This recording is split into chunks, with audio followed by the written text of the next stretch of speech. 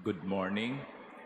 Let us welcome to our midst the seminarians of St. John Paul II in Antipolo, and also with the formator, Father Paulo, and the two seminarians on pre-diaconate. So, maligayang pagdating sa Manila Cathedral. Palakpakan natin itong mga seminarians, si Father. Tamang-tama po yung ulan o yung ambon na nangyayari sa labas about the first reading. Our first reading began with these words, "Just as from the heavens the rain and snow," rain lang, walang snow dito no?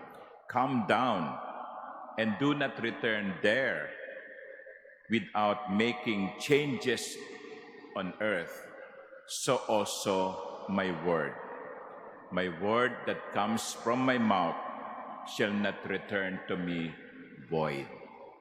So in the first reading, the Lord compared His word to the rain that comes from heaven and changes the earth. Kitang-kita natin yan kapag tag-init, no? Ang inaabangan ng lahat ay ulan. At kapag umulan, ang lupa na tigang ay nadidiligan. At kapag tuloy-tuloy ang ulan, ang buhay ay sumisibol. There is power in the rain. And the Lord said, just as the rain is powerful, my word is also powerful. And we have seen that in the first book of the Bible, the Genesis. When God created everything, He just said, "Let there be." Salita lang, nagaganap na. "Let there be light," and there was light. "Let there be sky," "Let there be water," "Let there be this," "Let there be that." And by His word, there is creation. There is power in His word. If He says it, it happens. There is change that is brought about by the word. So remember that God's word is powerful. It brings about change. Dulot ay pagbabago. Dulot ay buhay. Now we go to the gospel, and the gospel, in the beginning of the gospel, Jesus is saying, in your prayer, do not say so many words. Word pa rin, ano? Pero ang sabi ng Panginoon, do not think that by saying so many words, your prayer becomes effective. Hindi.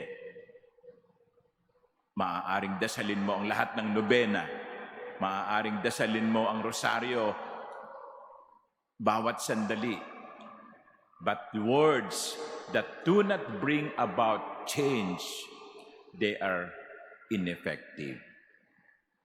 Kung ang salita ng Diyos ay nagdadala ng paglikha at pagbabago, ang salita ng tao, ang salita ko at ninyo ay dapat ding maghatid ng pagbabago. That is why in the prayer, the only prayer that Jesus taught us, there are several things there that we say that should bring about change in ourselves. For example, "Thy will be done." We pray that, no? "Our Father, Thy will be done." Those are words. What are those words? What is the meaning of those words? "Thy will be done." That means surrender. Your will, Lord, not mine. Isinusuko mo ang iyong kagustuhan. Isinusuko mo ang iyong sariling plano. Totoo ba yon? Totoo ba yon na kapag ang kalooban ng Diyos ang pinahayag natin, sinasabi natin, "Lord, Thy will be done." not my will. O baka naman we pray the Our Father, but we say, my will be done, not yours. Kung gusto natin ang gusto ng Diyos, walang problema, no? Pero kung hindi natin gusto ang gusto ng Diyos, ibang usapan na yan, Lord. Hindi po dapat ganon. Ang gusto ng Diyos ay dapat maging gusto din natin. So, for seminarians under formation, what is the will of God for you? Is it His will for you to become priests? Or God wants you to become something else? And that is the reason why there's seminary formation, for you to discover what is really God's will. And once you discover it through the help of your formators, then your prayer should always be, thy will be done. Then, the prayer continues, give us this day our daily bread. Those are words, but what is the meaning of those words? We trust in you, Lord. Nagtitiwala kami sa iyo. Nabibigyan mo kami ng aming kailangan. Give us this day our daily bread. Give us what we need today. We trust in you. Just as we surrender our will to you, we also say, Lord, alam ko, hindi mo ako pababayaan. Pag nagtiwala tayo sa Diyos, ang Diyos ang bahala sa atin. God will give us our daily bread. Pero hindi lang yon. Hindi doon natapos ang panalangin. Ang kasunod doon ang medyo mabigat. Forgive us our trespasses as we forgive those who trespass against us. Ayan. Madaling humingi ng tawad eh. Lord, patawarin mo ako. Pero may kondisyon yon.